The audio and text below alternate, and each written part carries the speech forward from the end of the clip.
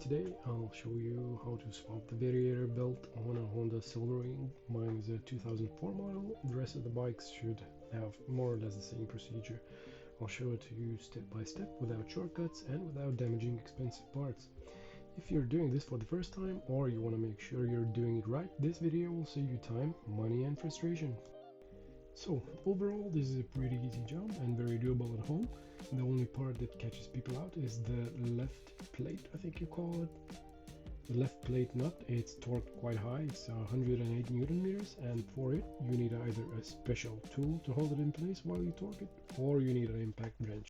Okay, let's get right in. There's two bolts holding this plate, so you just remove them and pull it off. And then you have 5 outer variator bolts, so you just remove those. They're here, here, here, here, and the last one here. Once you have them out, just pull on this thing and it comes right off. Then you have the next set of bolts here, here, here, and here. And the same thing again, once you have the bolts out, just pull on it, comes right off. And now go for the last set of bolts.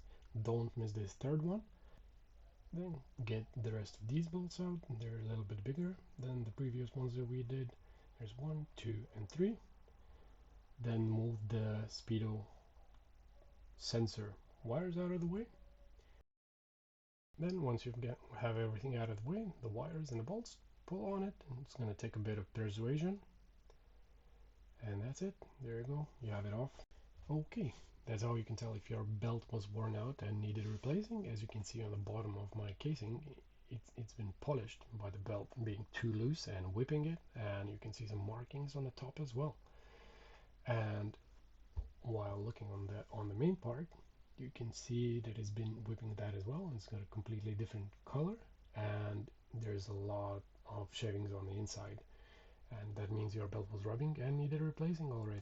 In this next segment I'm going to show you the way it's flapping about.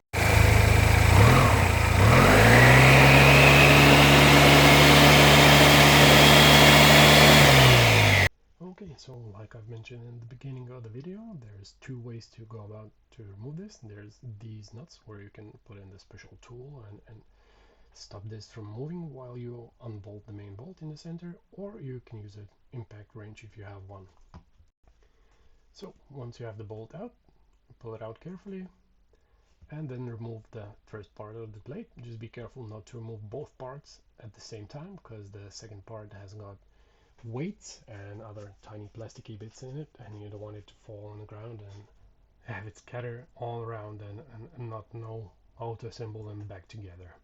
Haven't mentioned the part number yet. It's 23100 MCT003. So since the other part of the plate is just right there, you just have to pull it off. No more disassembling to take it off. It's a good idea to take it off and check the weights, inspect the plasticky parts, everything for wear and tear, and replace them if you need, or you can just take them out, clean them up, and put it all back together. Another thing you can take a look at is the crankshaft seal. It's right here on this axis, and if it's leaking oil, it's a good idea to replace it. It's maybe like 50 euros for both the seal and the bearing, and it's not that much more to take off to get to it. Now for the belt installation, on this OEM part there's arrows pointing to the direction of which the belt should spin. I've read on the internet that it doesn't really matter which way you put it on, but since the arrows are there, I'm just gonna put it on that way, the way it's supposed to be put on. Okay, so this part is pretty straightforward. Put it on the right side first and stretch it to the left side, and then once you put the left plate on, tighten it a bit and then turn the engine a little so the belt positions itself, because if you're just gonna tighten it at the lowest position, you're just gonna crush the belt. And do use Loctite for this nut, and it's 108 Newton meters, so you have to get it quite tight. So as you can see, the new belt runs better, doesn't slap the top or the bottom of the case. And that's it, you're done with this job. Don't forget to tighten this very hard, it's 180 Newton meters. reassemble all the bolts in the reverse order that you took them out, and that's it, job done.